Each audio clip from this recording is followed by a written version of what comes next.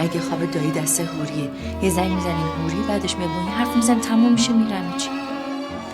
الو معلومه که میام. الان عزیز دلم.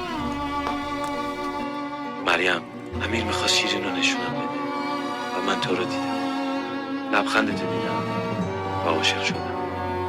لطفاً با بابام صحبت کنی خواهش میکنم. من باهاش حرف میزنم، نگران نباش.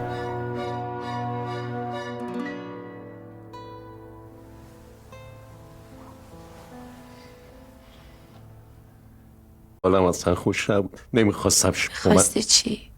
یعنی من تو رو نمیشناسم؟ نمیدونم جونت به جون شیرین بنده. بابا تو نمیتونی از این بچه بخوای عاشق نشه. عاشق بشه؟ کی گفت عاشق نشه؟ عاشق اون آشغال؟ دوباره شروع کرد. چی میگی جمشید؟ شاید از نظر شیرین منم آدم آشغالی باشم، واسه تو چیم؟ بوری نزن این حرف رو. بوری عزیزم ببین دل این بچه چی میخواد، گوش بده، تمومش کن. صبح بخیر. صبح بخیر. چی هنوز زندونی هم نمیتونم برم دانشگاه؟ یا مثل بادیگاردا میخوایم با هم بیاین؟ آشتی دیگه، نبین بابا تو این شکلی. مملکت شلوغه، وسط این هاگیر واگیر هر کی هر کاری بخواد میکنه. من کسی رو ندارم غیر تو، مگه میشه نگرونت نباشه؟ منم عاشقتم بابا، ولی دلیل نمیشه مثل بچه صغیرا با من رفتار کنی. بابا جان اگه امسال دانشگاه تق و لق نباشه من مدرکمو میگیرم میشم خانم مهندس این مملکت. بعد زشت نیست معماری یه کشور مدرنی مثل ایران باشی ولی مثل دوران قجر باهات رفتار کنن. شلوغ نکن خانم مهندس. بهم حق بده تو این اوضاع احوال یه لحظه بیخبری ازت داغونم کنه. تو نمی‌دونی اگه یه شب تو خونه نباشی من میمیرم. نکن این کارا رو با من. خدا نکنه قربونت برم. بابا عاشقتم.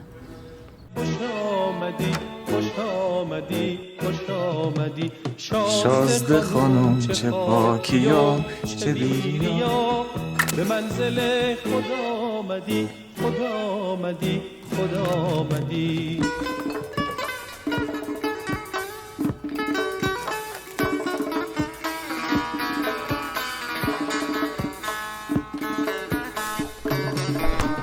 فرصت بدین عاشقیمون خدمتتون عرض میکنم. واسه فرار شیرین دو پا دارم، دو پا دیگه قرض میکنم.